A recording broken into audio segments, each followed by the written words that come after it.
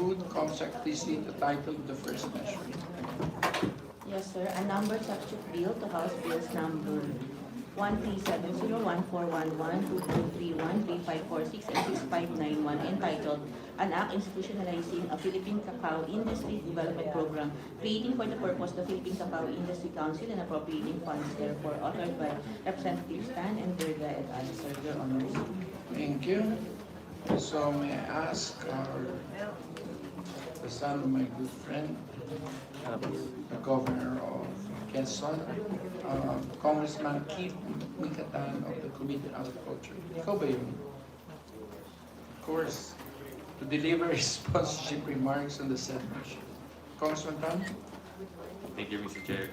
On behalf of the chairman of the Committee on Agriculture and Food, Congressman Wilfredo Martin Verga, I am here to sponsor the Philippine Cacao Development Program Bill. Good morning po sa ating lahat. Allow me to explain to the body the merits of the proposed constitution bill, which seeks to institutionalize a Philippine Cacao Development Program created for the purpose of the Cacao Industry Council. This bill has been extensively discussed and approved by the committee in the 18th Congress. This 19th Congress, the Committee on Agriculture and Food again prioritized the passage of the bill to push for a legislation that will put cacao to its rightful place in Philippine agriculture.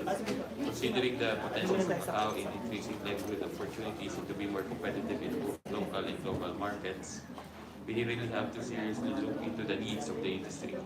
We all know that the Department of Agriculture is extending support and assistance to cacao stakeholders to improve yield and product quality, but there is more that we can do to further develop the cacao industry by institutionalizing and strengthening the current programs of the Department of Agriculture by integrating and harmonizing the programs, projects, and activities of the government and the private sector to sustain its development and promotion.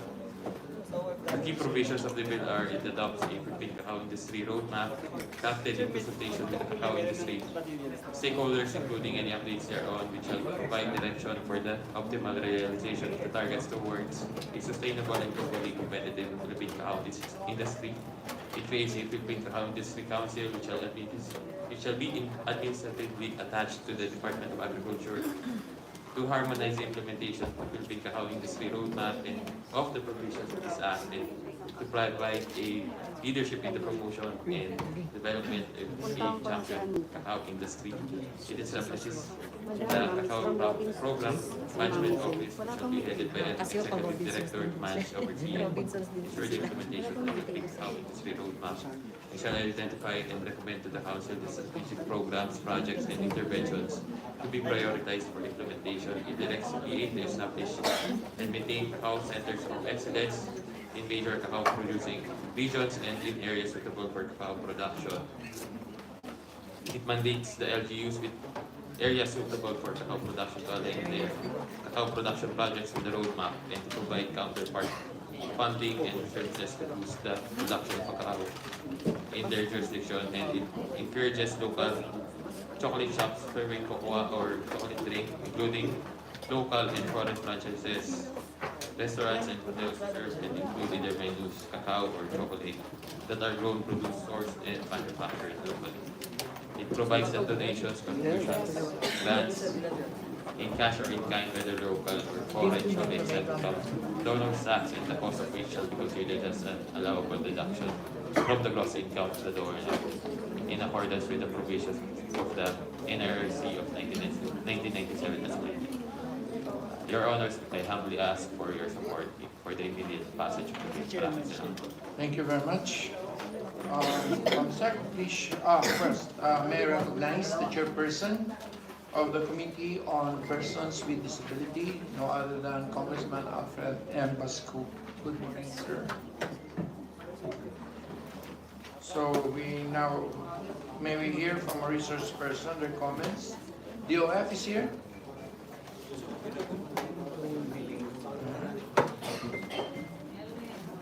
They show the provision. DOF? No DOF? Are you okay? Yes, good morning, Mr. Chair. Palampasin mo na lang to.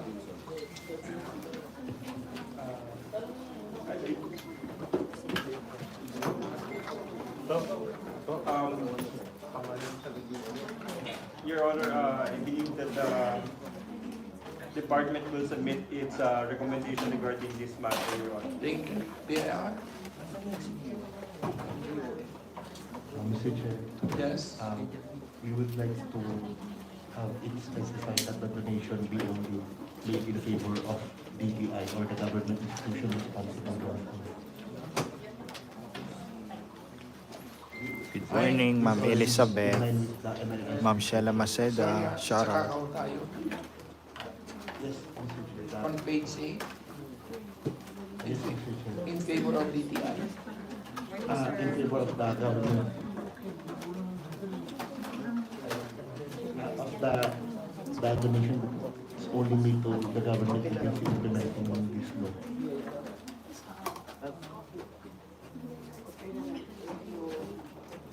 Since it is unclear from the provision, Mr. Chair, where the donations will be given. Paano yan?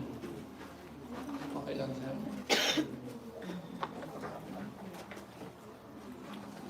Okay, so NTRC? Yes. Good morning, Mr. Chair, honorable members of this committee. The NTRC notes that the proposed tax incentive provision is silent on the recipient, beneficiary, or donor of the donation contribution grant made for the promotion and development of the Philippine cacao industry. The identity of the recipient, beneficiary, or donor is important because under Section 101 of the Tax Code of 1997, as amended, the donor's tax exemption substantially rests upon the identity of the donor. So, assuming that the donation is made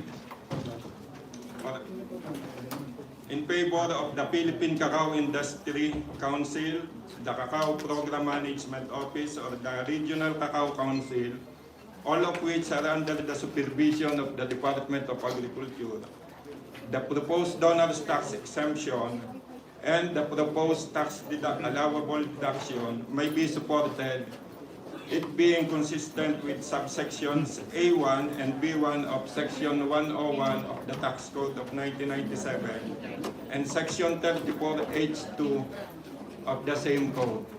So there is a need to clearly identify the donee of the donation. Thank you very much. Thank you, Your Honor. May I recognize the chairperson, the most industrious chairperson of Congress, of the Committee on Higher and Technical Education, Congressman Ho, the Mayor of Baguio.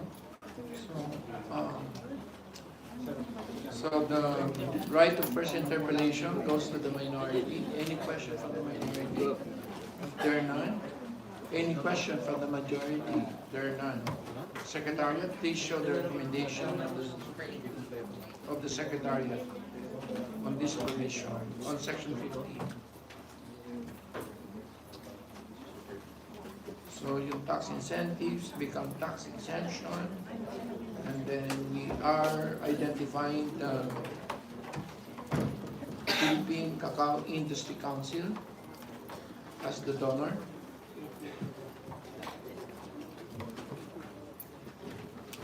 Kasi pag binigay natin sa DA, baka umikot yan eh. Pumunta pa ng trust fund yan, o pumunta pa yan ng... Tama ba? Pag binigay mo sa DA, saan pupunta yan? I-treasury? Kaya nga may council. Kasi sabi ni NTRC, pwede bigay sa Cacao Industry Program Office ng DA. So yun ang problema ko. We accept that. Uy.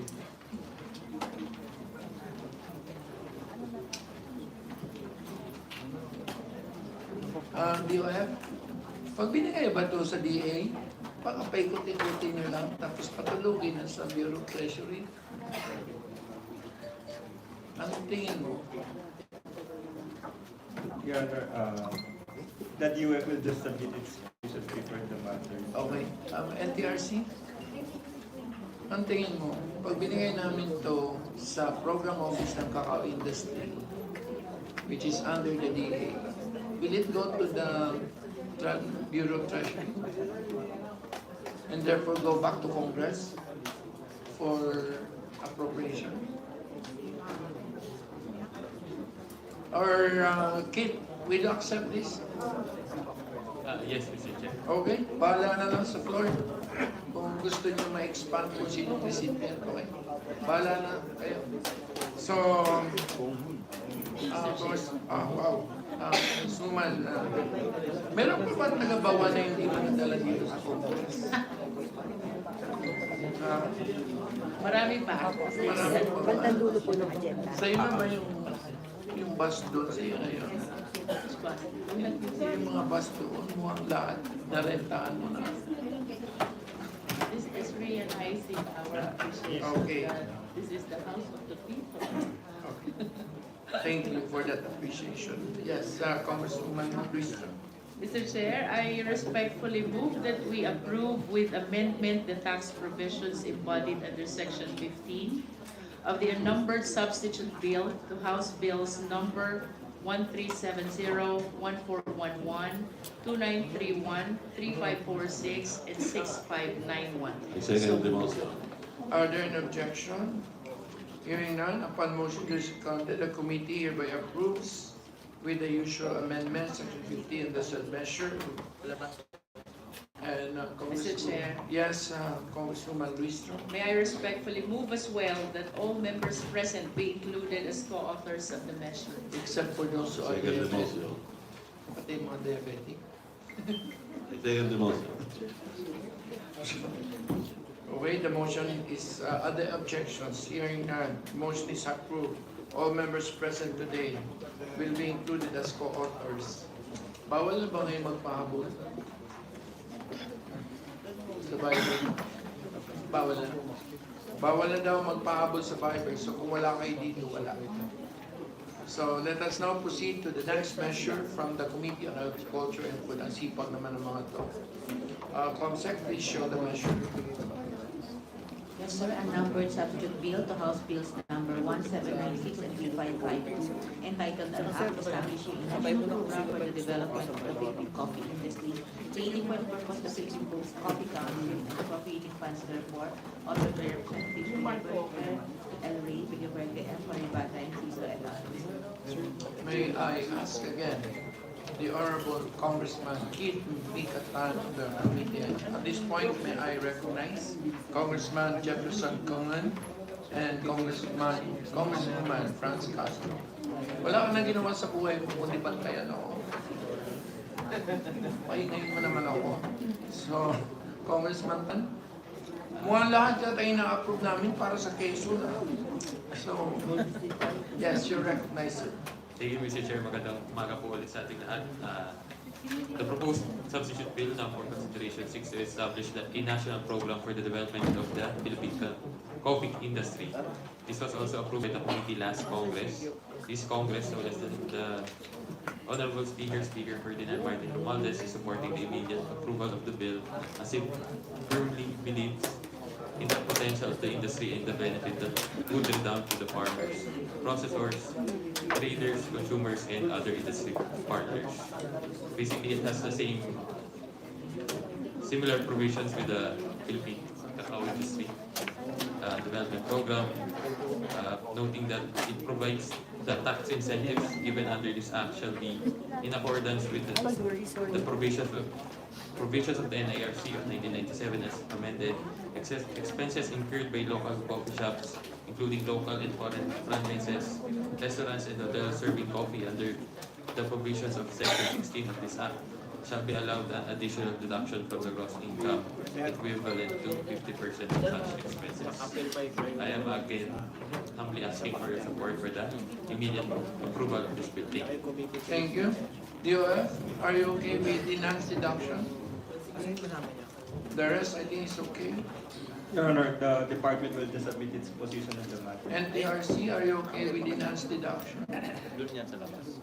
Your Honor, like in our observation in the cacao bill, the bill on coffee development of the Philippine coffee industry fails to categorically specify the recipient, beneficiary, or donor of the donation.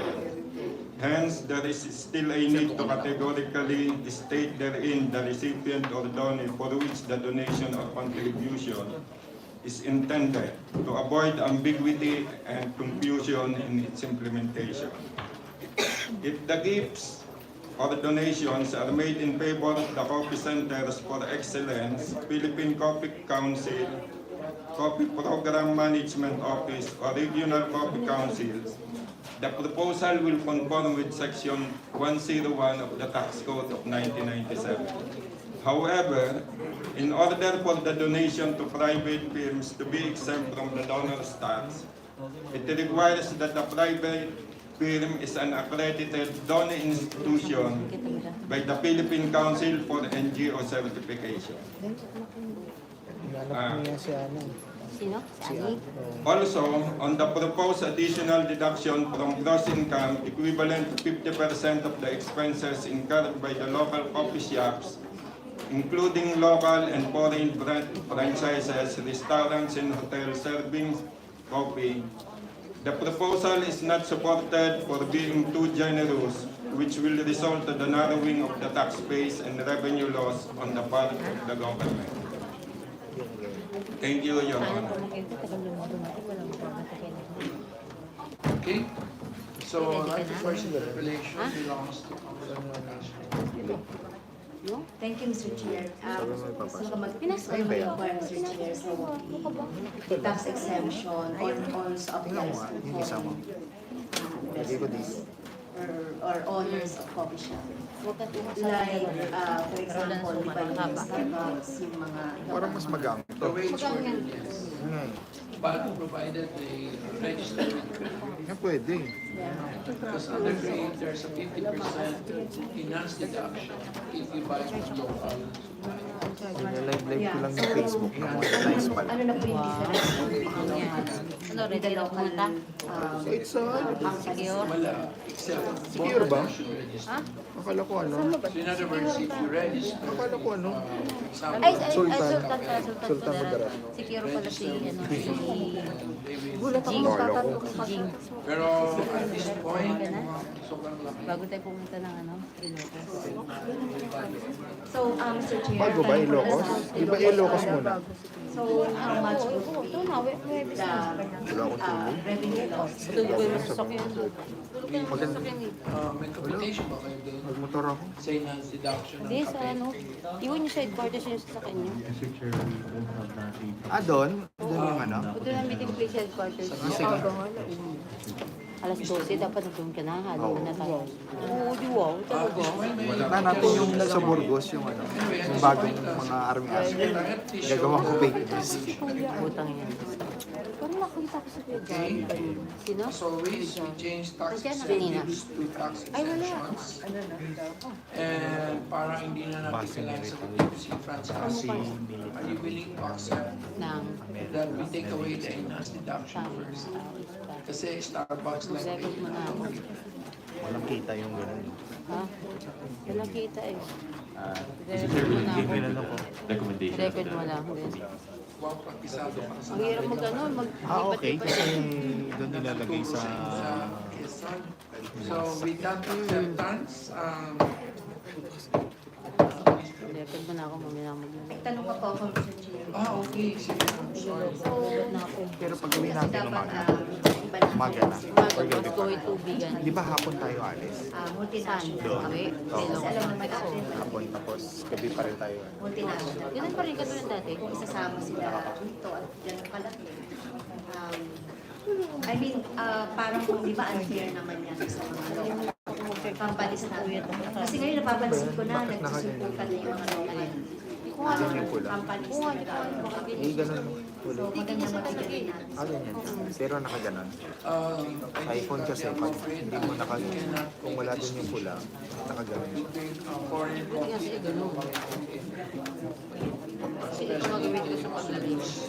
domestic.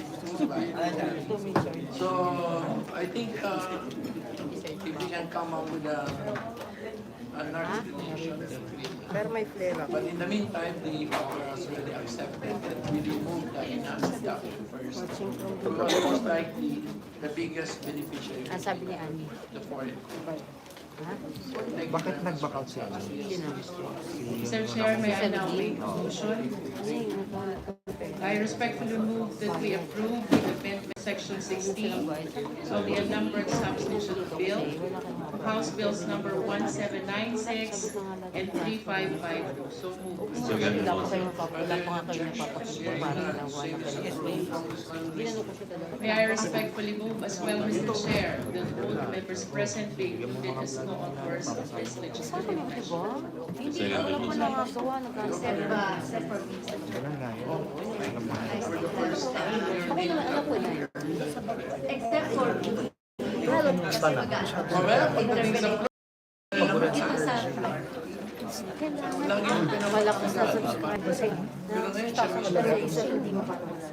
so the chair knows that minority has inserted. Laging binabasted ng iba.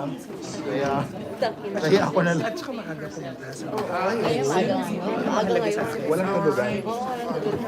May I recognize ang pinamaskipan sa privilege hour because she has to represent one of the biggest contributor to Philippine economy. Without them, our economy would have stagnated.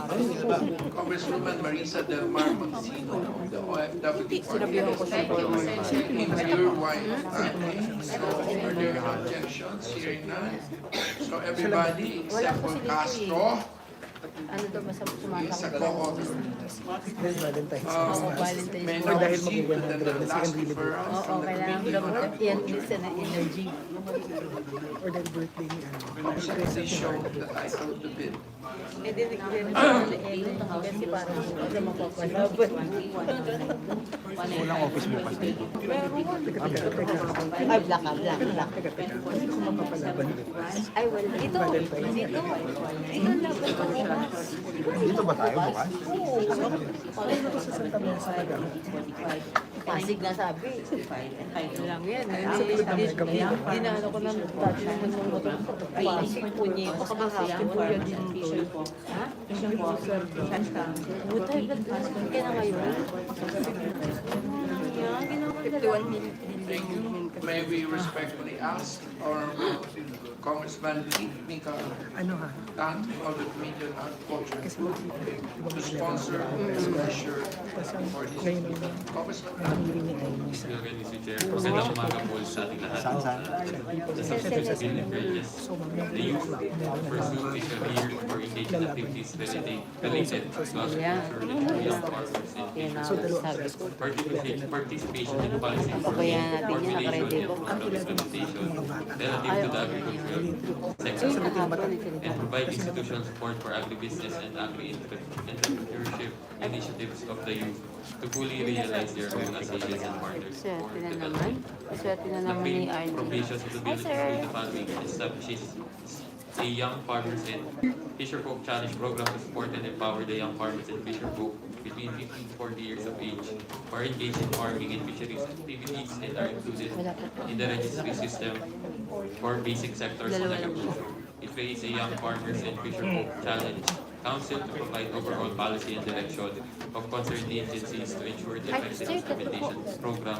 The council shall be administratively attached to the Department of Agriculture and accepts all grants, requests, endowments, donations, contributions made to and used actually directly and exclusively by the council from payment of donors' tax, and the same shall be considered as an allowable deduction from gross income for purposes of computing the taxable income of the donor in accordance with the provisions of the NIRC of 1997 as Ang amended. gagawin ko, Once again, dumating yung pamangkin ko, your babati support kay for the nanay. immediate approval of this bill is Kasi nga, natake na naman ang dahil ng ilog. regarding abolition of tax regulations. Thank you, sir. Identifies Rinig sa sir. access to possible sources for deed like this. Ayun siya, nakapag. Oh, Of this. Siya po. On a personal note, I've been having this program. gusto mo? Sir, isa pa daw. Sige, sir. Ma'am. Tubig na lang. Pagkakasama na ugali mo. Basically, I spent about Sabi niya kasi tinuro niya si Edwin lang.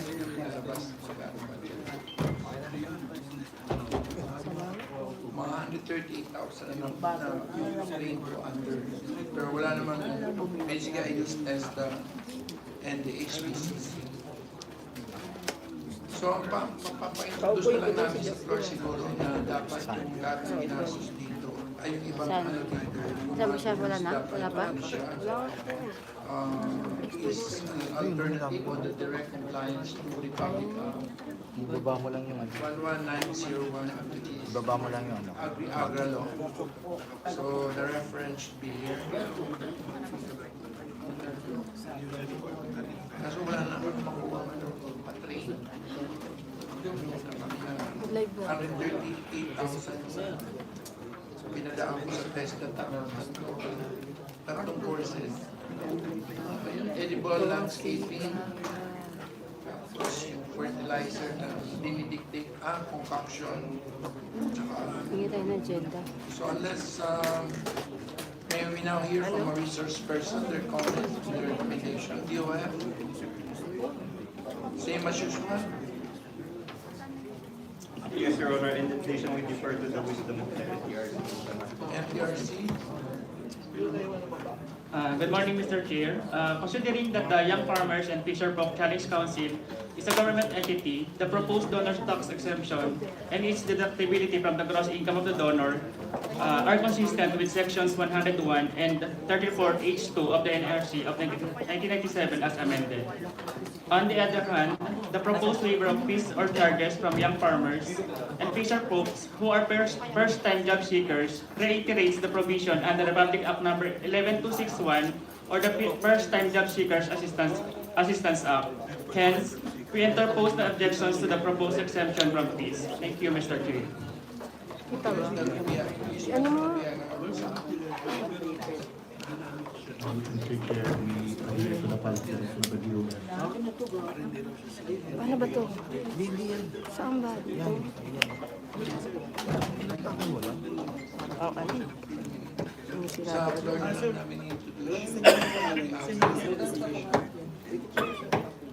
May I recognize the voice from Agusan del Norte, Congressman Dale D. Corbera. Sir, thank you for your coming.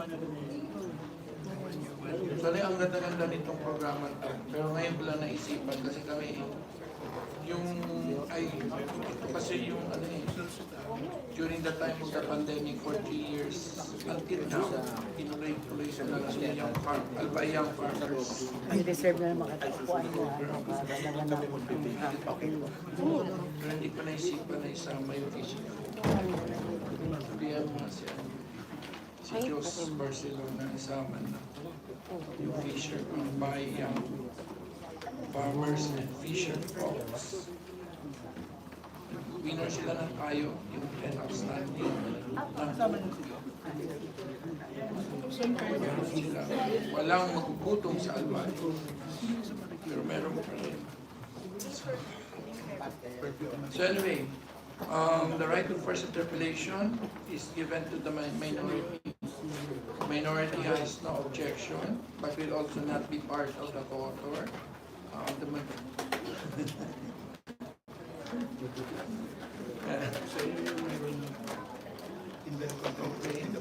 So the minority. Any question from the majority? Okay, Congressman Ordones? Mr. Chair, may I make a motion? Yes. I move that we approve without amendment Section C, Paragraph C, PQ, Section 6-A and 7 of the unnumbered substitute bill to House Bills number 280, 613, 1192, 1951, 2032, 2353, 2365, 2388, 2416, 2751, 3213, 3549, 3617, 4803, 6366, 7268, 7735, 8045, and 9265. Second, Mr. Chair. Are there any objection? Hearing none, same is approved.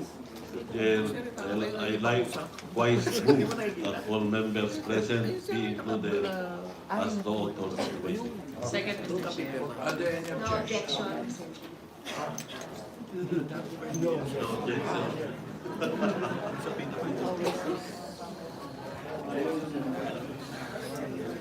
Oo nga eh. Ganun naman talaga buhay. So, I think she is effective. So, the motion is hereby approved. All members present today are now included as co-authors. So, the Committee on Agriculture and Food is hereby discharged. Hindi ko na-install yung ano ko. Please go away. Thank you, Mr. Chair. TikTok din ako. Isang phone, hindi pa na-install. Sayang, Sa Android. inabutan ka pa ni Kungsan. So, may I go back to the first referral meeting on the Committee on Energy. Comsec, please read the title of the measure. A number subject bill to House Bill number 7001 entitled An Act Providing for the Condonation of Unpaid Obligations on the Power Consumption of the Public Utilities Department of the Power Sector Assets and Liabilities Management Corporation ordered by the Ang Representative TikTok ko. Ito yung ginagamit ko doon. The go of 20 Anong unit yan? Anong unit yan? Xiaomi. Xiaomi. This measure seeks to promote the debt of the public utilities Wait naman. Ba't nagsiyayo daw naman 30 minutes full charge. amounting to 3.8 billion as of 2023, given that Xiaomi 11 na ito. Committee on Energy studied the possibility of condoning only the interest, penalties, and surcharges of the total obligation while restructuring the principal. However, PISAM supported the full condonation. Everyone. Of course, the combination will also help the city of Olongapo to utilize the budget for programs and other services. And of course, hopefully lead to lower Oh, rates hindi mo yun ano eh. Hindi mo inahay. consumers, both residential, commercial, and industrial. So, at this point, may we ask the Vice Chairperson, our good friend Jefferson F. Conlon, to deliver his sponsorship remarks on this actually breakthrough measure for me. So, Vice Chairperson Conlon. Good morning, Mr. Chair. Good morning, members of the Committee on Ways and Means. The primary objective of this bill is to condone all outstanding financial obligations of the PUD of Olongapo City, Luzon, and other government agencies, including but limited to study and taxes, generation rate adjustment, mechanism, incremental currency exchange rate adjustment, deferred adjustment charges, and automatic closing office mechanism given, purchase power cost adjustment, forex adjustment, and true-up adjustment charges representing the power consumption of PUD Olongapo City. Oo naman, siyempre. The Committee on Energy, through a technical working group, conducted an extensive and thorough deliberation of the Olongapo City condonation of loans to PISAM bill. The very able TWG chairperson, Deputy Minority Leader Presley C. and this representation, the author of the bill, the stakeholders from the Department of Finance, National Power Corporation, PISAL, and the LGU of Olongapo discussed the issues presented, proposed feasible courses of action, and reached consensus on the specific provisions of the bill. The TWG approved the solution bill on the PUD Olongapo City condonation of the power obligation to PISAL, with adjustment and subject to slide.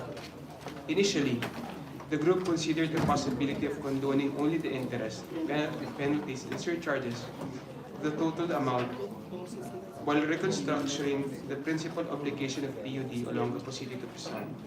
one point we discussed is stretching out the period of payment for the planned restructuring to 75 years.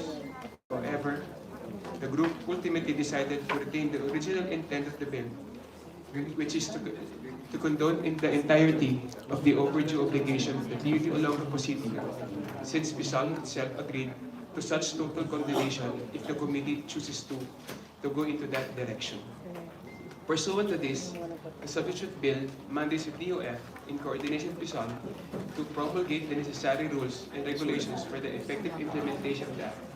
It is further ensures that these rules and regulations do not contain additional requirements that negates the purpose of this act. Additionally, the bill mandates the DOF to require the PISAL to submit biannually a list of delinquent accounts and demands made for payment from electric cooperatives and other distribution entities. The purpose of this provision is to ensure that the arrears of delinquent accounts are strictly monitored and appropriately addressed, such that no consumer will ever have to be burdened by the growing debt of their utilities. The proposed condonation of the power obligation of the PUD Olongapo City of PISAL, Mr. Chair, fellow members of the committee, will provide the city a fresh start and will allow the LGU to better utilize its budget for programs that will provide the basic services needed by its constituents.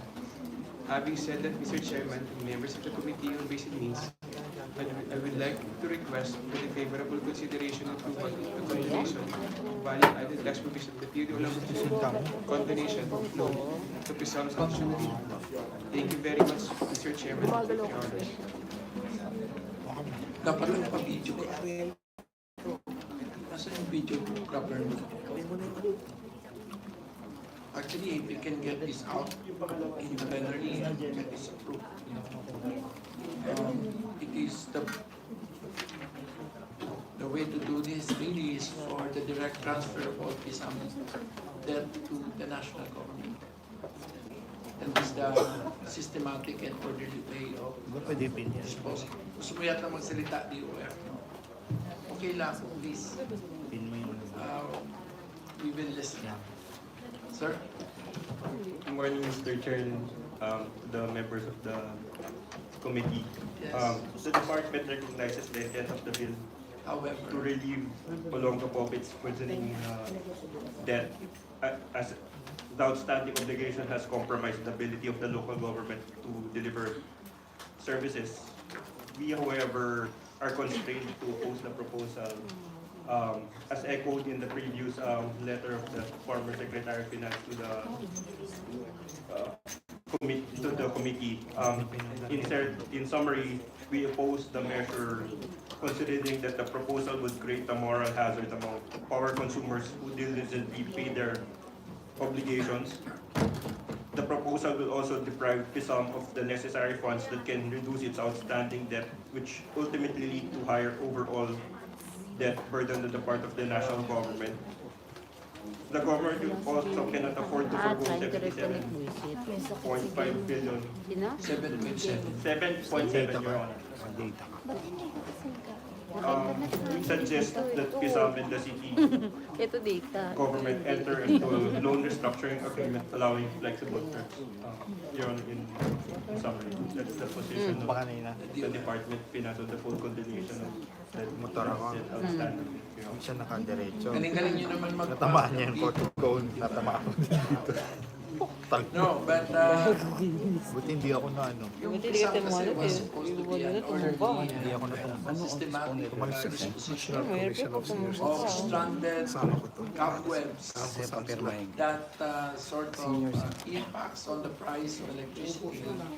At the same time, it camouflages all other irregularities with respect to the way we manage our electricity distribution. So the best way here is like any zombie loan, which will never get paid anyway. Why don't we just transfer all this to the NG debt? And then, of course, the way we service the NG debt will be a reduction in the overall expenditure. So just like a CB ball, just like PISAM, just yeah.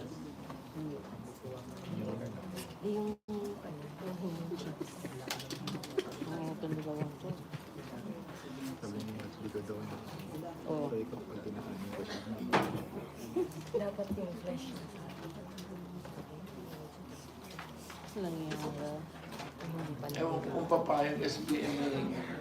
Okay lang ba deduct namin sa SBMA SC revenue for 20 years? Isip ko kami sa I want this committee to work, and you know, I always look at it from the view wherein this committee makes a mark in the way we make legislation. Just here to let these bills come and go without making really making a breakthrough.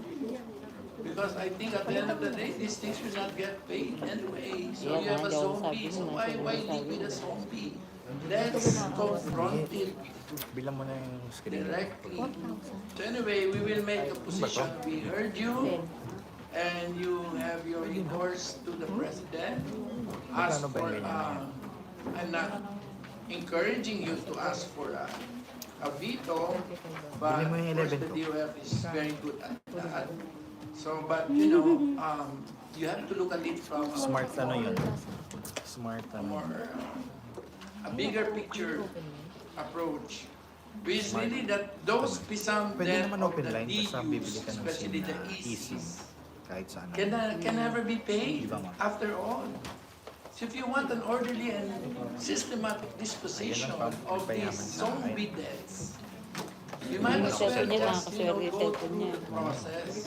Baka dumami Instead of, akala mo mayroon yung pisang, wala naman pala. Ganun yung Kasi nga, wala naman talaga pambayad itong PUD na to. Anyway, I don't want to lecture you. You're Tsaka better than kasing me. laki niya siya. So, the right to first, may I recognize sa marketplace. my good Tapos friend, bibenta. the long district operator, Congresswoman Midi H. Gua. Hi ma'am, long time no see. Sige, ano na lang. Concept, please show the provision. One of the most, grabe, section 1 agad. Picture ka lang dun. Gusto ko lang aprobahan para makalagay na sa Palagay na lang dito. Kasi kung magtatanong, tatagalan ka. Bahala ka sa buhay mo. O sige, magtanong ka para matagalan ko. Hindi, the right of first interpolation belongs. Hindi ako natatakot pagtatanong. Kaya hanggang alauna tayo, walang problema Ano dyan. nangyari sa kanya? No problem. Yes, Franz. Gusto ko lang hinihin, Mr. Chair, no, yung video ko sa her friend. So ano po ba yung dahilan bakit siya nabayaran? Tsaka, Hindi sila makasingin. hindi sila makasama. Kasi nga, yung nagpapatakbo doon sa syudad. Mr. Chair, Yes. So, I'd like to answer the inquiry of Sige, ikaw na nga. Kong Franz. All questions can be directed to this. Guys, ano lang Nag-start kasi yan, Kong Franz, nag-start yan sa kapabayaan din Mga ng guys, ano National Power nangyayari sa Corporation. hearing? Comment down below. Dahil nakita naman nila na hindi na nakakabayad during the last administration ng Olongapo City. Guys, wag And yet, yung, hindi niya kalimutan, nahihinto yung follow supply ng si pagbibigay ng Justin kuryente. Manila.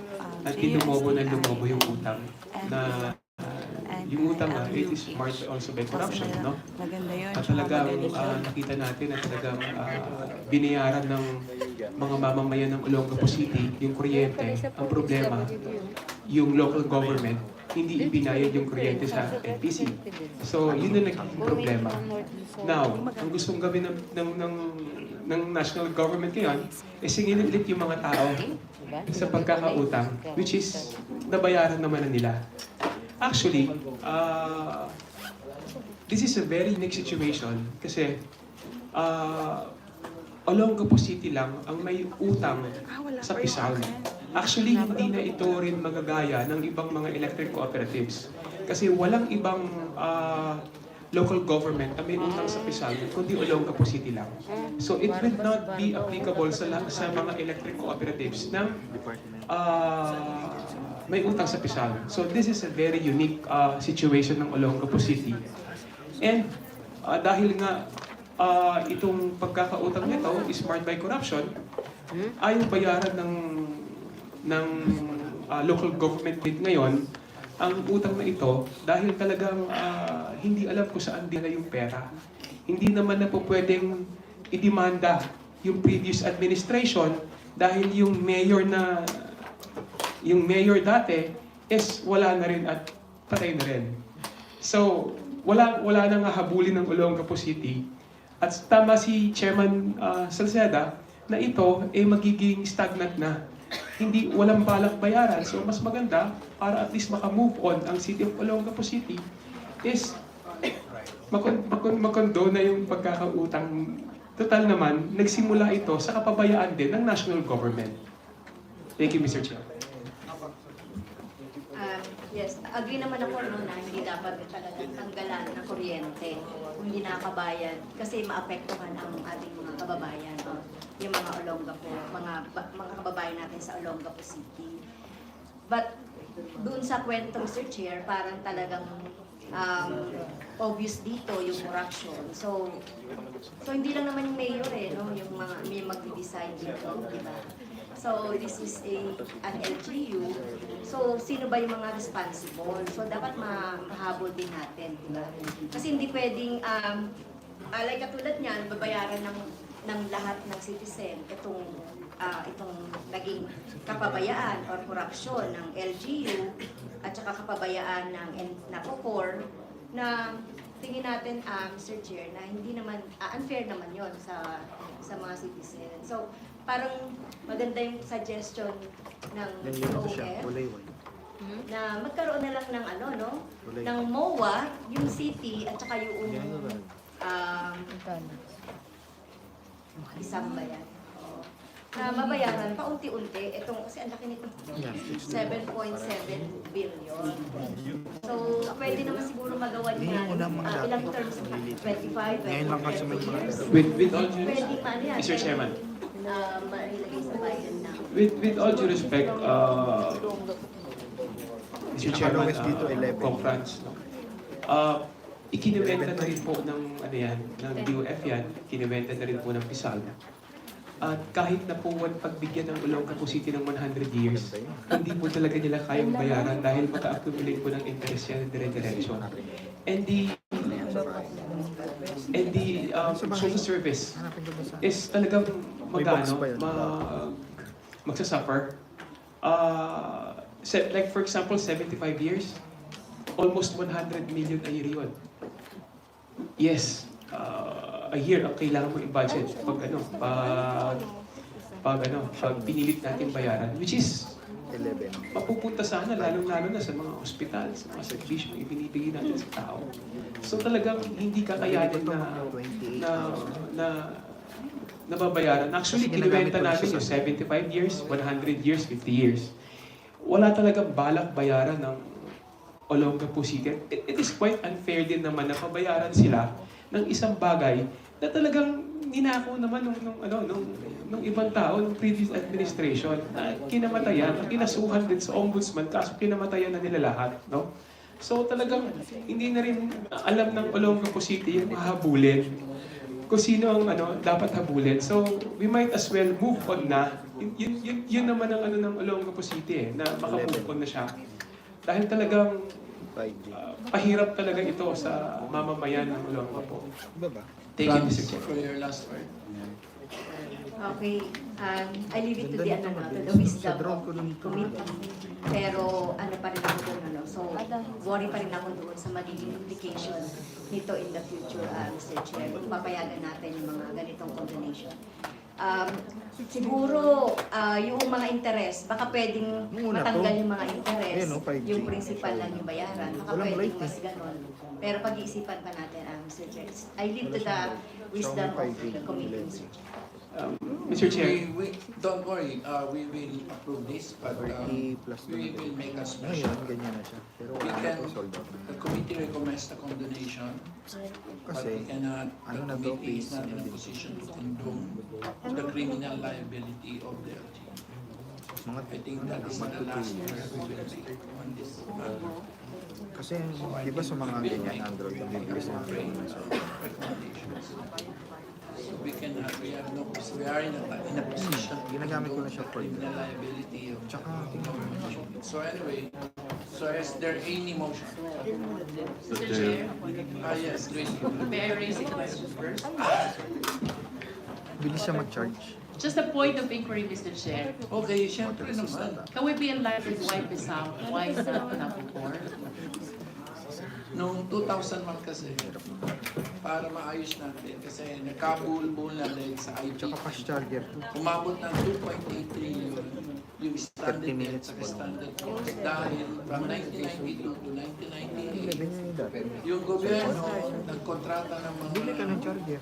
power. Kuminsan umabot ng 76 pesos per kilowatt. So nung dumating na yung oras na kailangan natin magbayad, hindi na kinayangan. So, we went into an orderly disposition, I think using that orderly and systematic disposition of these debts or these stranded debts.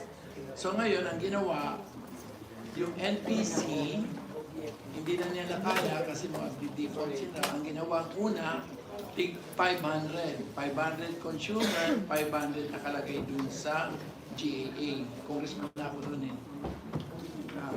So ngayon, after that, yung lahat ng pagkakautang at lahat ng mga asset ng Napocor versus PAG, nilipat sa PISA. So yung PISA ngayon, so ang Napocor ngayon, malinis na. So yung PISA is like a CB ball or a board of liquidator, wherein yung isa sa ginawa nila, lahat po ng tinatawag natin IPPA, binenta nila. Kaya nga napunta sa private sector yung management ng SWAL, ng pagbilaw, etc. Ang habang kwento mo naman ang tanong mo. Pero ang sinasabi ko, napunta sa Napocor dahil hindi naman kakayanin ang Napocor i-sustain yung pagbayad nung stranded debt at stranded cost. Dalawa yan ha, stranded debt na, stranded cost. Sige, hanapin ko. So, Kasi kaya, para may isang government agency na walang gagawin kundi ito paano mabawasan yung 2.8 trillion na yun. For your information, yung 2.8 trillion is now just 246 billion. Which tells you that this country has the fiscal capacity of addressing its fiscal issue. This is in 2001. 2.8 trillion. Ngayon, 246 billion na lang ang natitirang utang ng isang. So, there is a way. Kaya, of course, in the middle of it is always this committee na. I hope that answer suffices for you. Mr. Chair, considering that this is Okay. last question, Mr. Chair, are we not anticipating Pero- the possibility pero- that there will be pero another? Yes, moral hazard is a very Malakas clear talaga risk si as said by the DOF. Siyempre naman yung Aleco, Yung logo binigay ko sa siya. sarili. Bakit? Sige lang. Kaya siyempre ayaw na ayaw yan ng DOF. So Yes. what therefore will be the status? I think all the DUs, because in really, actually, during the EPIRA discussion, wanted a combination of all the debts, of all the distribution utilities, of the ECs, para everybody has clean slate. Hindi walang tuturo. Hindi naman ako dyan eh. Yung pinalitan kong admin, siya yung tumakbo kasi pakabayan mo. Siningil ka ng kuryente, di ba? Maya-maya ay pinambili ng poste kahit hindi kailangan. Ganun naman talaga yung nangyari ng mga panahon na yun eh. Pakasigil sa'yo o di sigil sa lahat ng mga consumer nila. Tapos mamaya ang gagawin capital expenditure. Imbis nang ibayad doon sa supplier ng kuryente. Yung tinatawag natin IPP o tinatawag natin mga GENCOs, generation. But that is to oversimplify. I hope that is your last question. Mr. Chair, I will not I'll answer. make a motion now. Mr. Chair, I respectfully move that we approve, subject to the shown amendments, Section 1 of the unnumbered substitute bill, to House Bill number Z001. Second the motion. Are there any objection? Hearing none. Thank you. I think you should have pa-videograph na daw. Kasi for me, it is if we can if we can move it. So, ewan ko kung magko-co-author ako dito.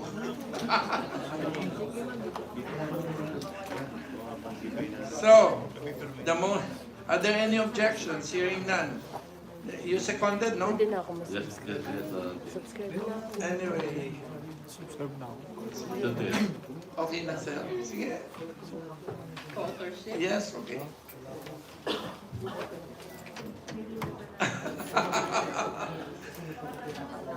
Hindi, okay lang. Yes, please proceed. No Mr. problem. Chair, I also move that all members present be included as co-authors. Except for Franz Castro. Executive Officer. Are there any objections? Hearing none. So everybody's a co-author. Bahala na.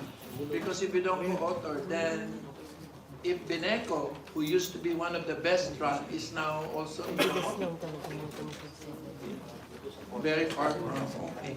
I thought you're now so well managed. So, the motion is hereby approved. All members present except for Castro will be included as co-authors. So, pagdating sa floor, siya ang makakapagtanong. Okay, sir. So, malapit ka na Pasko, uy. So, the Committee on Energy is hereby discharged. Thank you, Mr. Chair. Thank you, Thank you, members. Congressman Coleman, for showing the way. Not necessarily the best way. So now we go to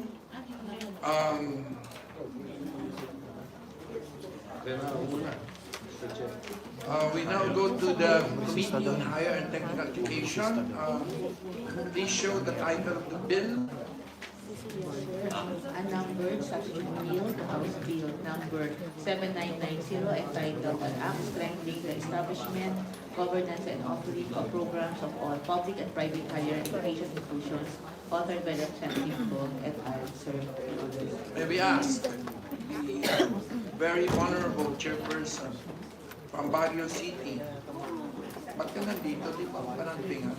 So, no other than Chairperson Mark Go of the Committee on Higher and Technical Education to deliver his sponsorship remarks. Please show on the screen. Yes, thank you, Mr. Chair.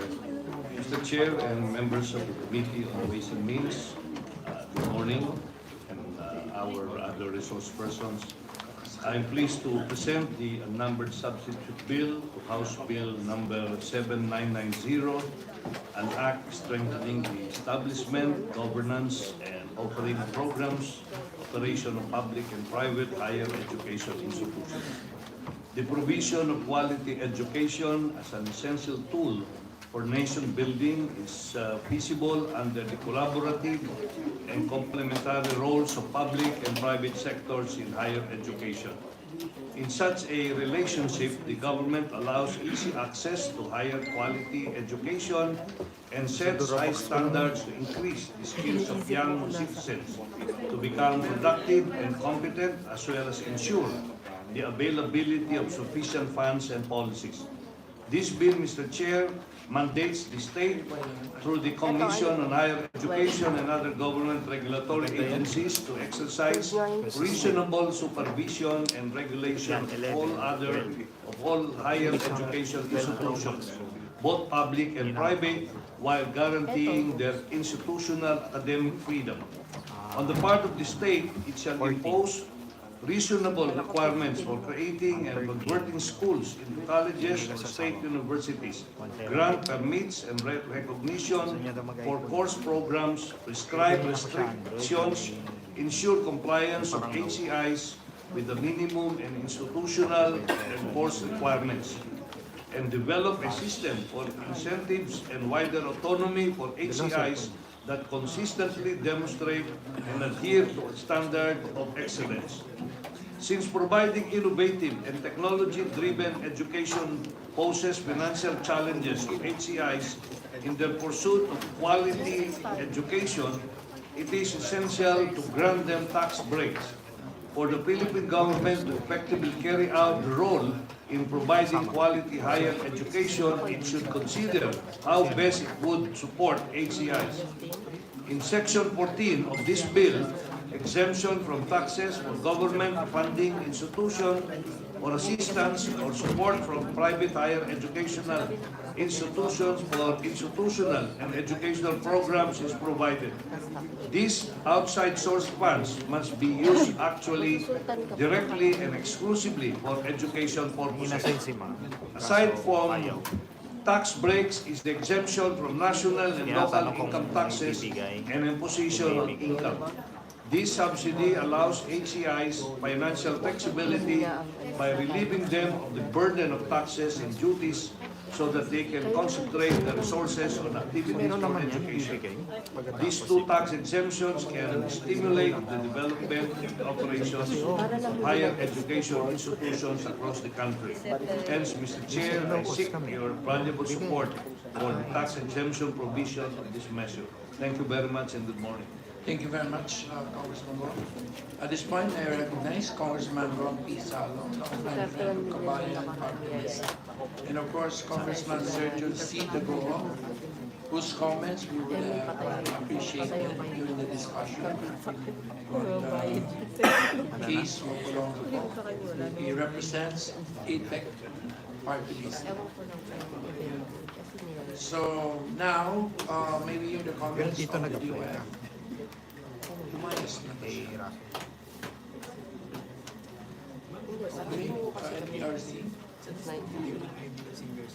Thank you, Mr. Chair, honorable members of this committee. The NTRC notes that the proposal of the bill to exempt from national and local income taxes the government funding assistance or support received by private higher educational institutions. In effect, disregards the classification of private educational institutions, whether it is a non-staff, non-profit, or proprietary educational institution. It may be deemed reasonable considering that subjecting its financial assistance or support to tax has an effect of taking away or reducing what it has given in the first place. If the government funding assistance or support to private HCIs shall be treated as donation, the same shall be exempt from donor's tax. Section 4.4, Article 14 of the 1987 Constitution provides that, subject to conditions prescribed by law, all grants, endowments, donations, or contributions used directly and exclusively for educational purposes shall be exempt from tax. Moreover, the proposal is consistent with the provision of subsections A2 and B2 of Section 101 of the Tax Code of 1997 as amended, which provide that gifts made to or for the use of an educational institution shall be exempt from donor's tax.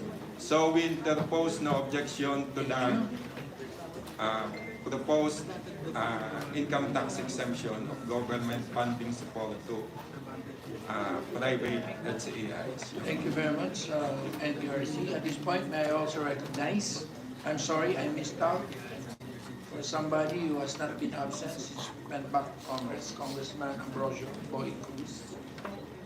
And of course,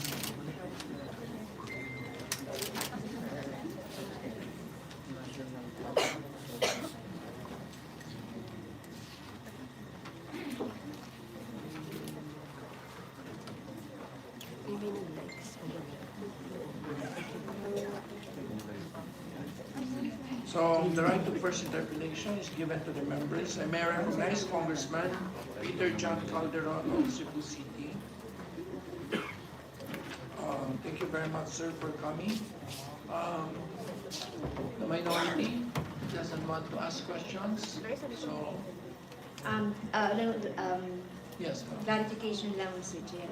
So yung exemption doon sa mga government subsidies, both for public and private, Yes. ayun ang subsidies lang po.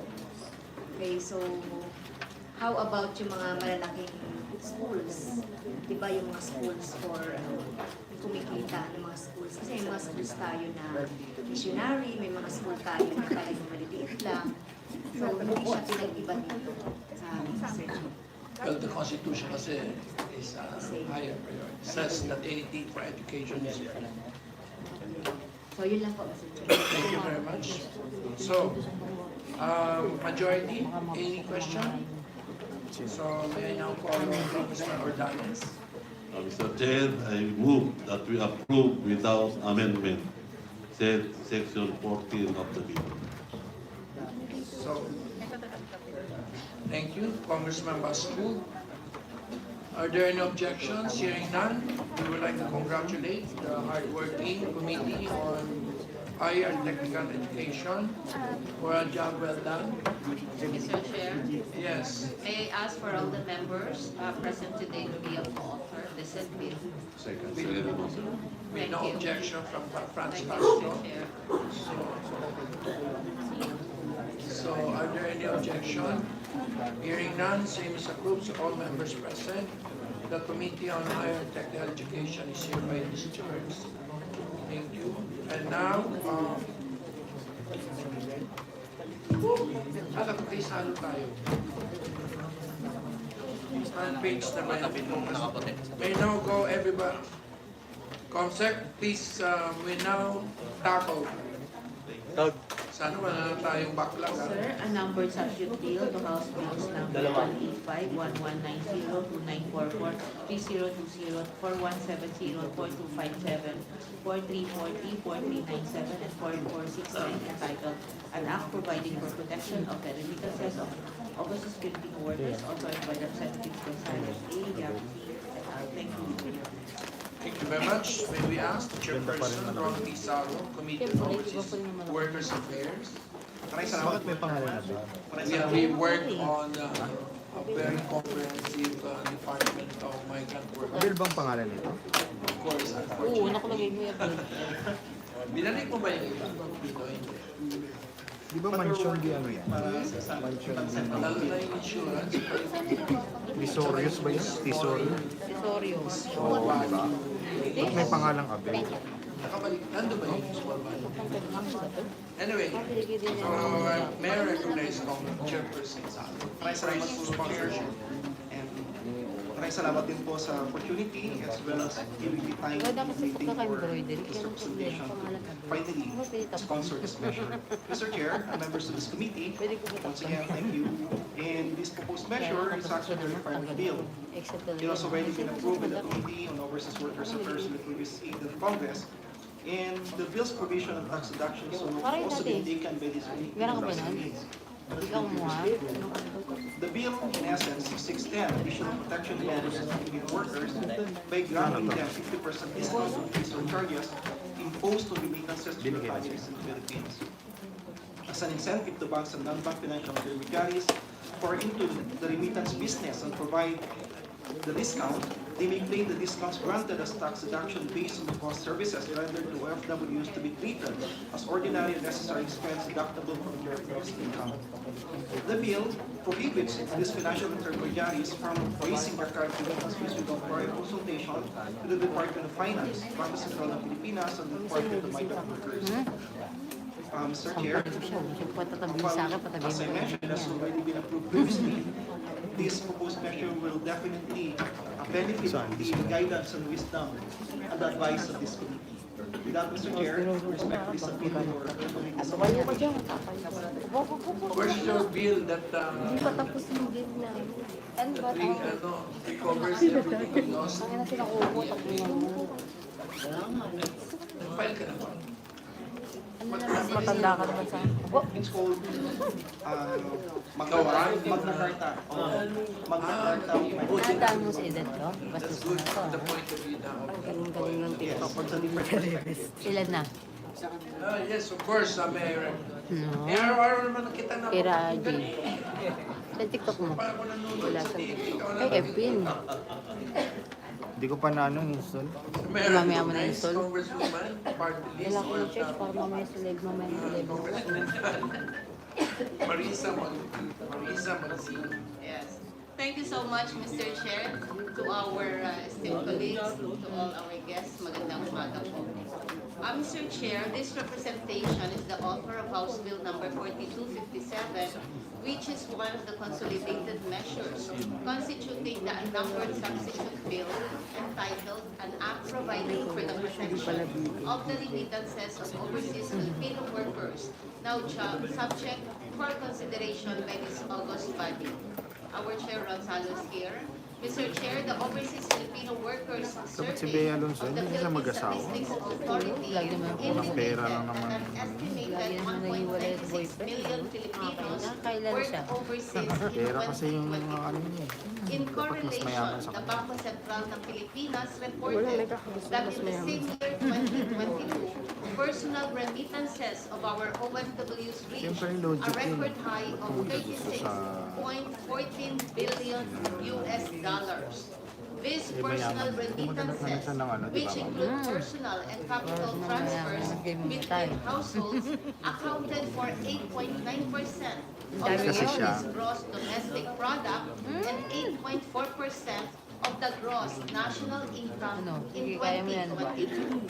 With the significant impact of our OFW remittances to their families and to the national economy, it is imperative that we protect the hard-earned money they remit home against exorbitant fees charged by banks and financial intermediaries for their services rendered in the remittance process, Ano, which sa sahod mo? deplete the Galing ko, ah. value of the Hanapin ko remittances muna. actually received by iPhone the 11. families of our beloved OFWs. This bill, Mr. Chair, among other provisions, proposes to provide a 50% discount on the service fees charged by financial intermediaries to OFWs on their remittances to the Philippines.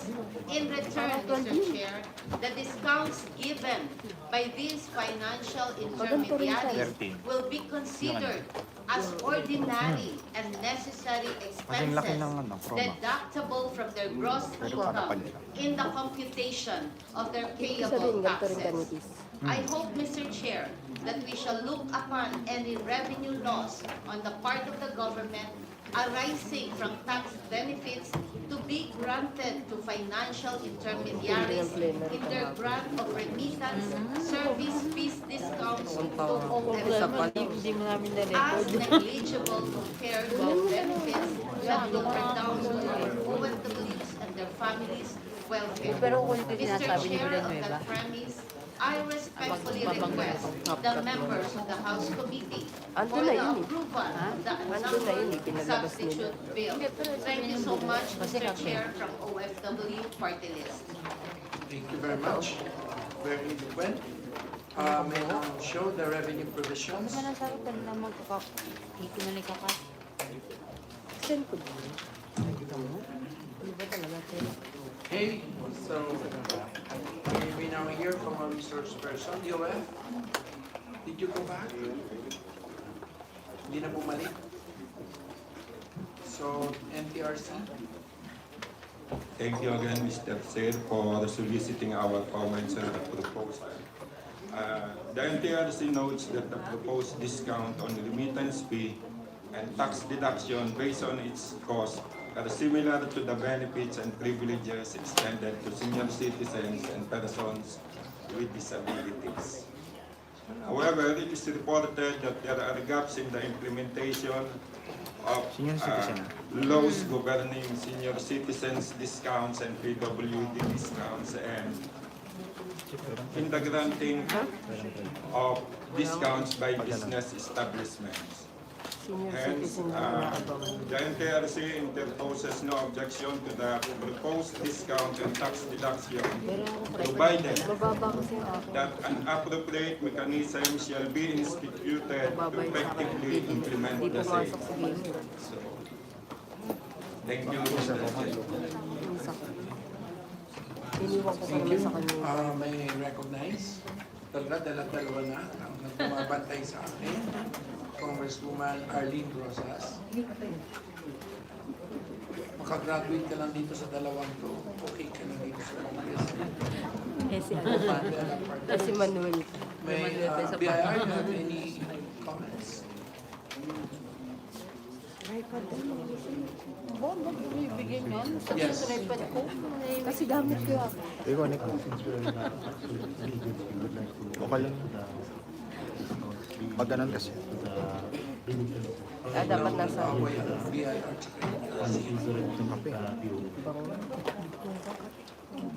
Kita yung kapit namin. Even the policy, the direction of the new FER. You follow. All right. So, kala ko, hindi rin sila magsing. Baka tayuan tayo niyan. Do we have anybody from the financial sector here? Wala isang kumunta. All right. Actually, approved to on third reading, so actually my answer tayo if somebody could just raise the section 10, article 48 ba? Yung ginawa niyo kapon. Respond lang. Section 48, article 10. Araw-araw kayo. Rule 10. So, Mr. Chair, I still have a few questions. Taga-saan ka ba? sige, walang problem. You're recognized, ma'am. Lagi kang Thank you, Mr. Chair. Mr. Chair, may mga questions Traffic ako kasi. dito. No? Yung tungkol sa remittances na pumapasok sa mga banks and non-bank financial intermediaries. Meron po ba tayo dito? Yes.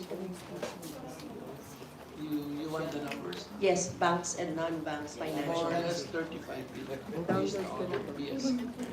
Tapos, magkano naman yung remittances na i-impose ng mga banks ngayon? Fees, umabot ng 19.6 billion. 19.6, non-bank remittances. Iba pa yun. Pinag-isa na namin. Hindi ata ito. Walang data. So, but basically, our estimate is Mismo yung sinabi sa plenary, bago Wala po ba tayong representative? Wala. Yung ngayon? Gawa nga is sa third reading ka. Bago? Palusot Ay, yung lang. ano, oo. Ba't ba bago? Kasi, Mr. Chair, gusto natin makita yung sa mga fees na ito, magkano yung kinikita ng mga banks and non-banks financial intermediaries. 19.6. 19.6. So, i-discount mo 9.8. Bakit i-discount mo? Ano yung batas mo? Nain natin. Kasi ito yung, okay.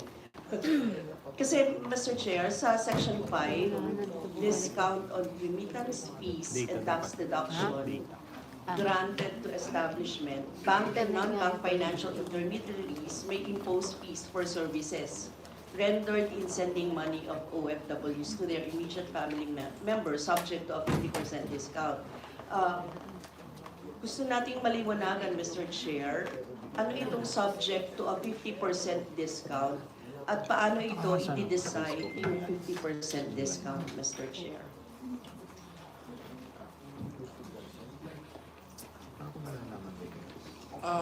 Usually naman po kasi, if you go to any bank, there will be standard transfer fees. May tariff sila. Binabawasan. Halimbawa, nakalagay doon for every $1 million from Arlene Rosas to Joey Salceda. Magandang example yun. Ito. Coma. So, imbis na magbayad ka ng $10,000, magbabayad ka lang ng $5,000. Well, Mr. Chair, You don't like the example.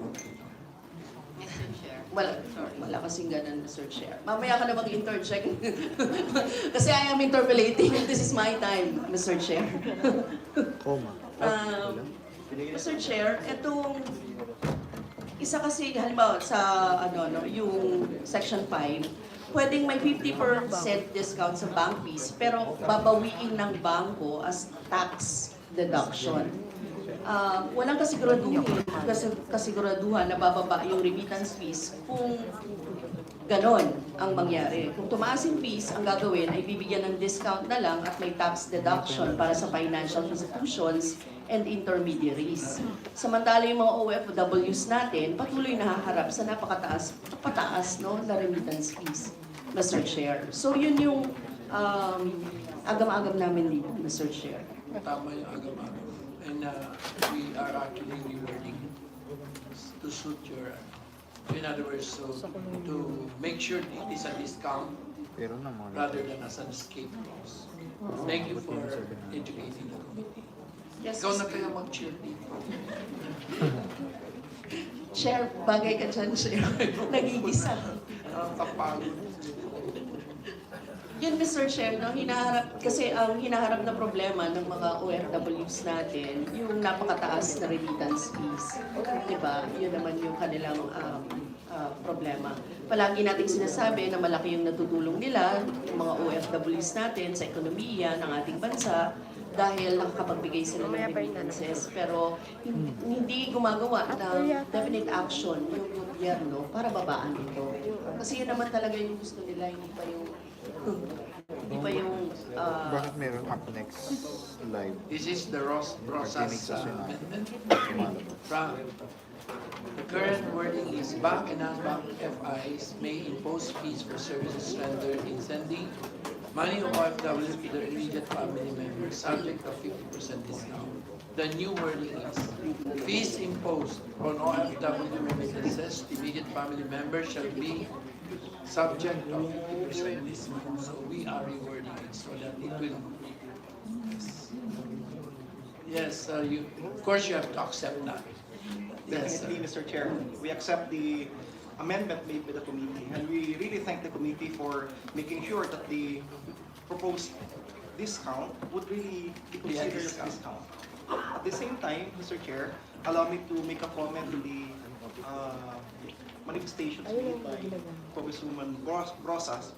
We respectfully note, Mr. Chair, that also in our committee hearing, aside from the efforts of the government, we note that innovations and technologies have been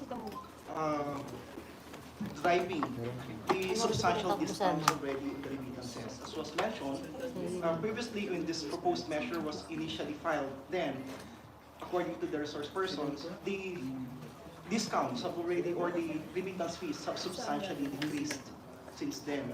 It was not driven by other regulations, but by technology. And I had the chance or opportunity last night to talk to a foreigner who has been into this business as well. And it was mentioned to me that your service is actually remittance free.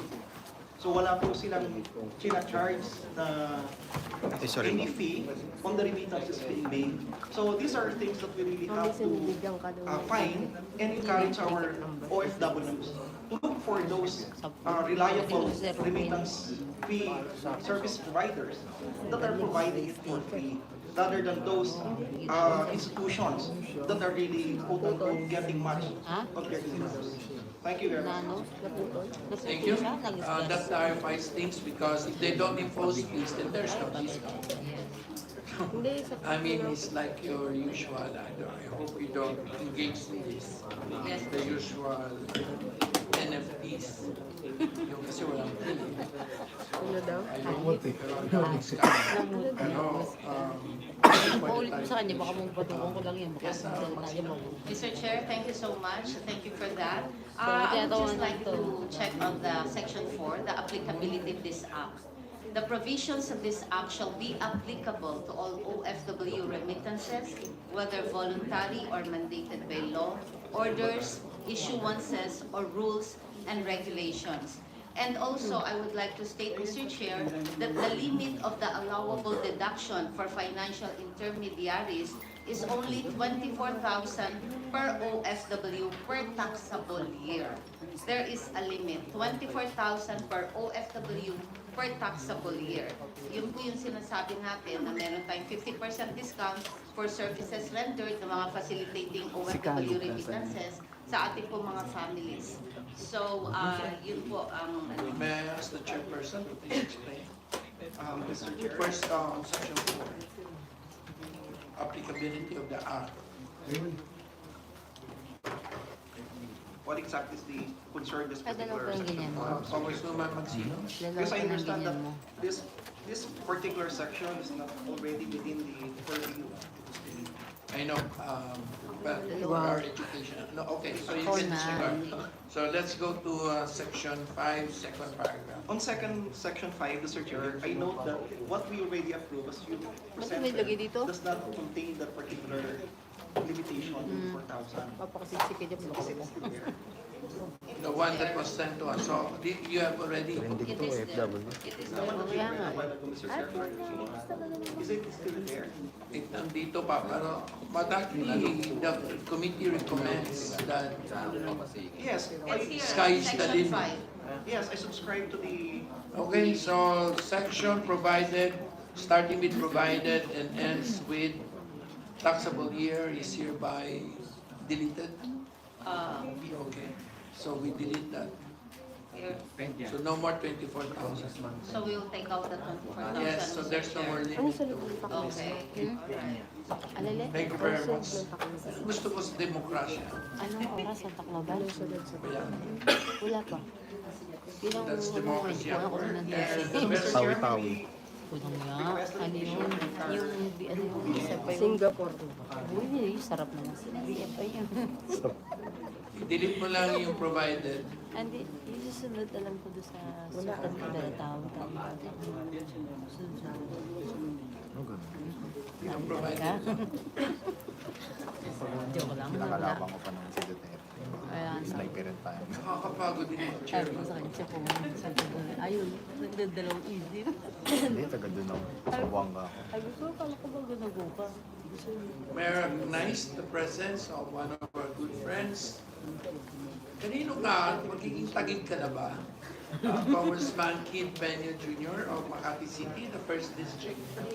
Are you the new congressman of the 3rd District of Taguig? Makati talaga. Kumpal ko. Okay.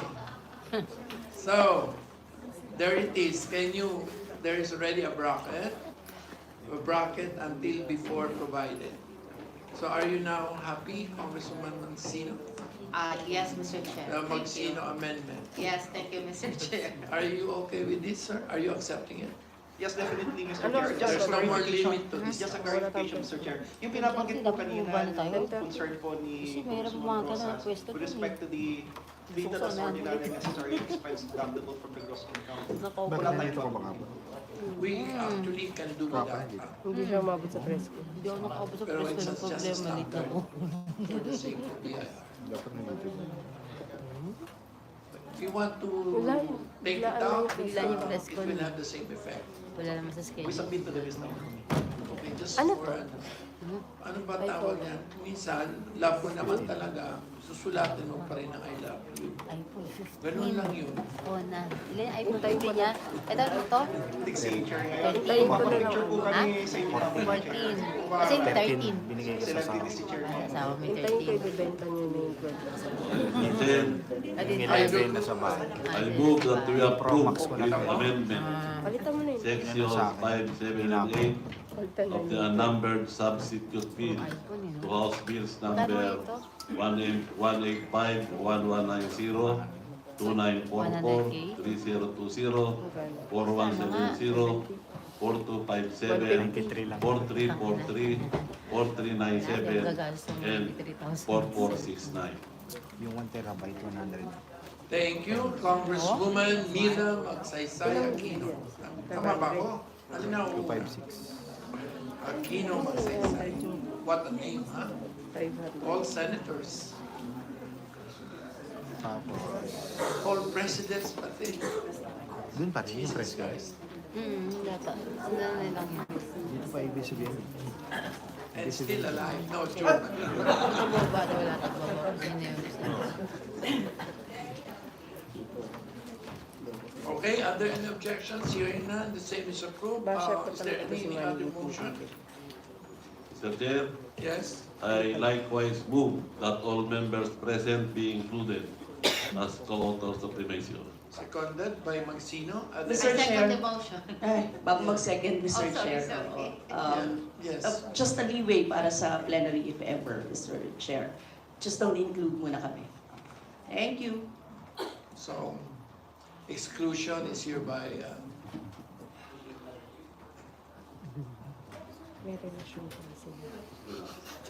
Mr. Chair, Yes, Congressman Dago. I understand that we have already approved the tax provision. I would just like to ask NTRC, just for the record, ano po yung, what are the specific mechanisms that you have mentioned a while ago during your comment on this particular measure? Bo, Example, anong mechanism? Director General Boom. Are you DG? One of the things that we have in mind is the presentation of ID of the OFW or coordination with the DMW on the names of the or identity of the OFW, just like in the implementation of discounts and tax deduction granted to senior citizens. So there must be a proper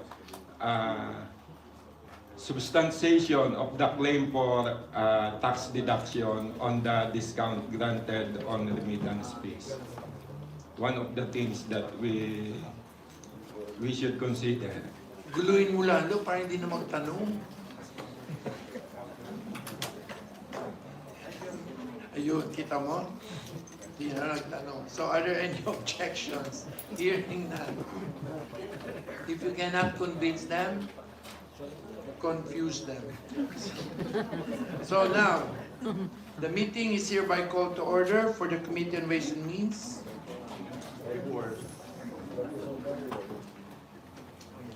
Hindi, okay lang. Continuous na lang ako. For the record, the Mr. Chair, yes, Congressman I Basco. move with the adjournment of the City Committee. Thank you.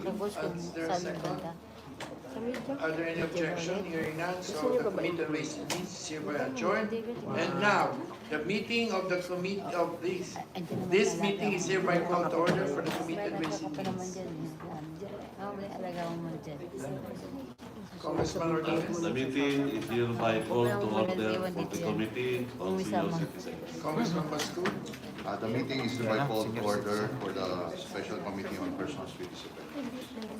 Committee Secretary, please read the title of the inquiry. Yes, boss.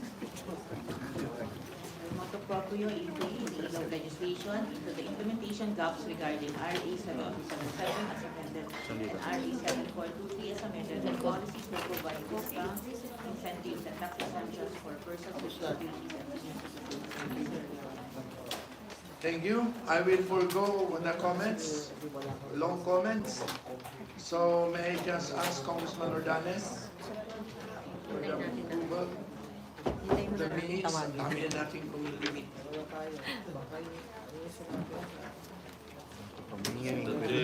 Yes. Before we proceed to our meeting, I move that we dispense with the reading of the minutes of the meetings held on January 17, 23, 30, and February 6, 2024, and approve the same. Same minutes have been uploaded to our Viber group, and physical copies are also in our kits. I second the motion. Thank you, Congressman Basco. Are there any objections? Hearing none. The minutes of the meetings on January 17, 23, 30, and February 6 are hereby approved, and these minutes were signed by all the chairs. So, we have been requesting this every meeting. However, we have yet focused on the substantial amount of time. BIR, are you ready with your presentation? Yes, Your Honor. Please make your presentation.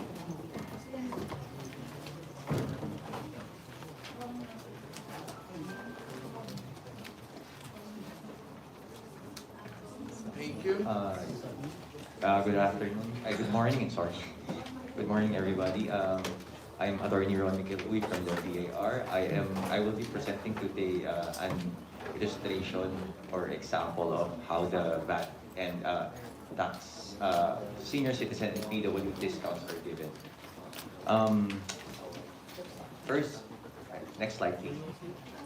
We have here the formula for computing the senior citizen or PWD discounts for groups, for example.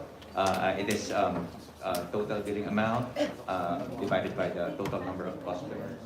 Then multiply it by the senior citizen or the PWD. After that, you less the 25%. 12%, sorry, Your Honor. Then multiply it to 20% to get the total discount. Next slide, please. Next slide.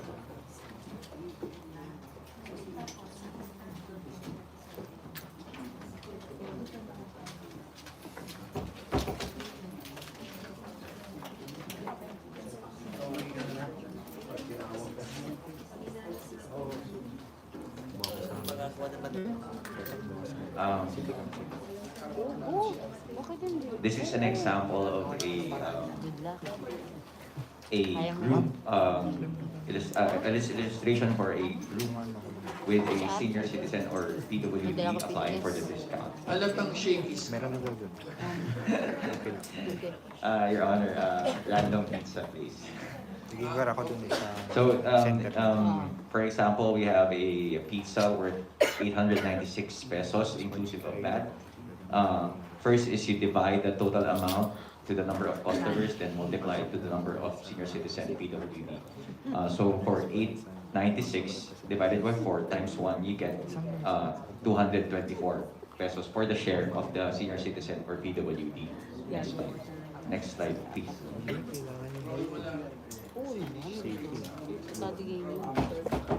Then after that, you subtract the 12% VAT from the computed amount. So we have a formula for that. So the computed amount, you divide it by 1.12. So you get the amount, which is amount net of VAT, the 200 pesos for the share of the senior citizen or PWD.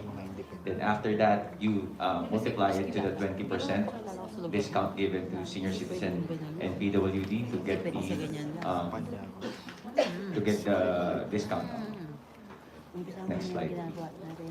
So this is the complete formula for to get the discount. So total billing amount less 12% VAT less discount. Then you get the amount payable with VAT exemption and discount.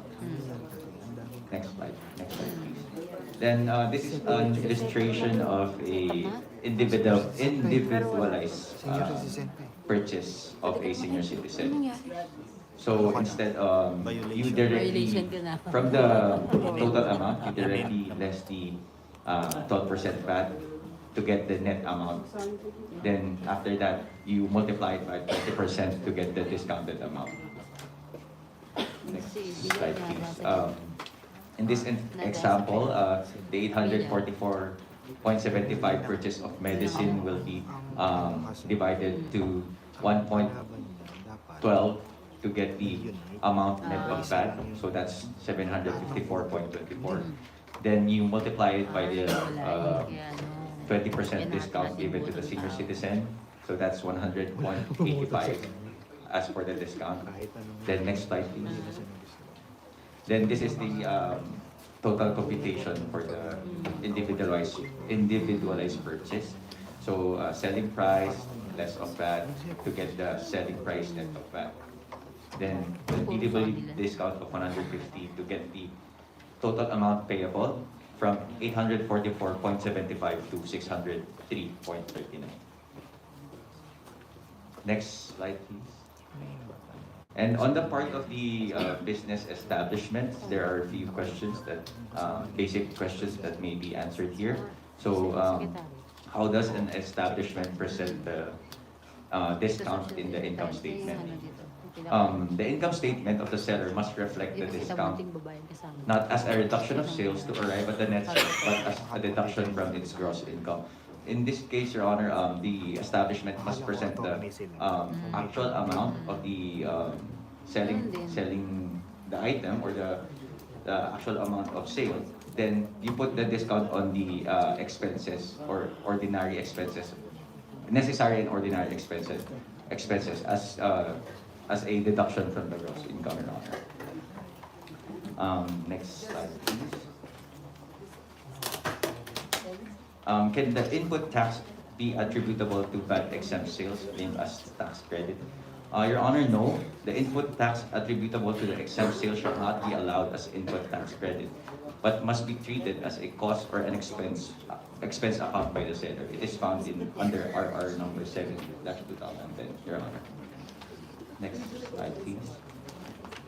As for the bookkeeping and invoicing requirement for the sales of SC and PWD, the business establishment giving sales discount is required to keep a separate book or a record of sales, which shall include namely the purchaser, valid ID or the PITAO ID for the PWD, gross sales, the discounts granted, the date of transaction, and invoice or OR number for every sale of transaction. That's it, Your Honor, for the presentation. Thank you. So did we gain or did we lose? For The government gained, no? Your Honor, Of course, because she did not pass on the input back. Hindi na yung alam ng lahat. From all this exercise, the government gains. Para naman alam ng lahat, hindi ko sinasabi na wala tayong tinatawag. Yes, Your Honor, Yes, the government gained because the input back was not. Ba't mo ko tinitingnan na masama?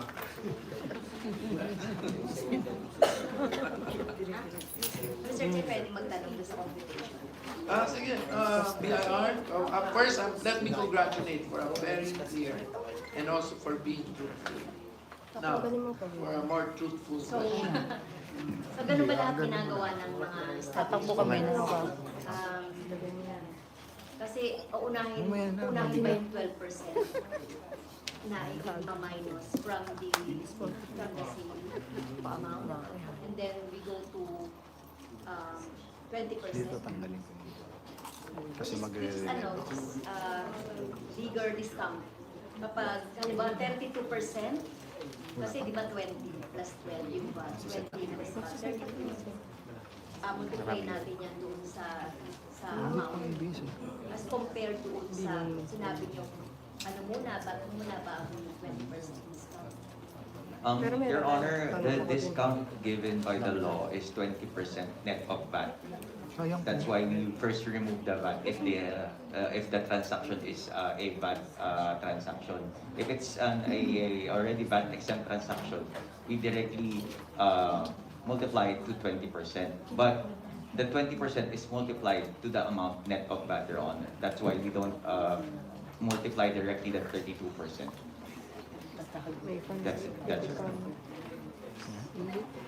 So which is bigger discount? Your Honor, if you multiply the 32% directly, it is bigger than the computed amount. However, Your Honor, the discounts given is only 20%, Your Honor. After the VAT?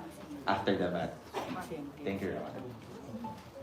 Well, para sa, siyempre, for the benefit of the senior citizen, mas maganda yung 32% outright na discount. Yung bag ko. Thank you, Mr. Chair. Yes, the go. Thank you. Thank you, Mr. Chair. I would just like to ask BIR, anong tawag ninyo doon sa yung machine produce official receipts? Yung hindi matama. POS, Your Honor. POS. Point of sale Iwan natin. machine. Naka-consider na ba doon sa system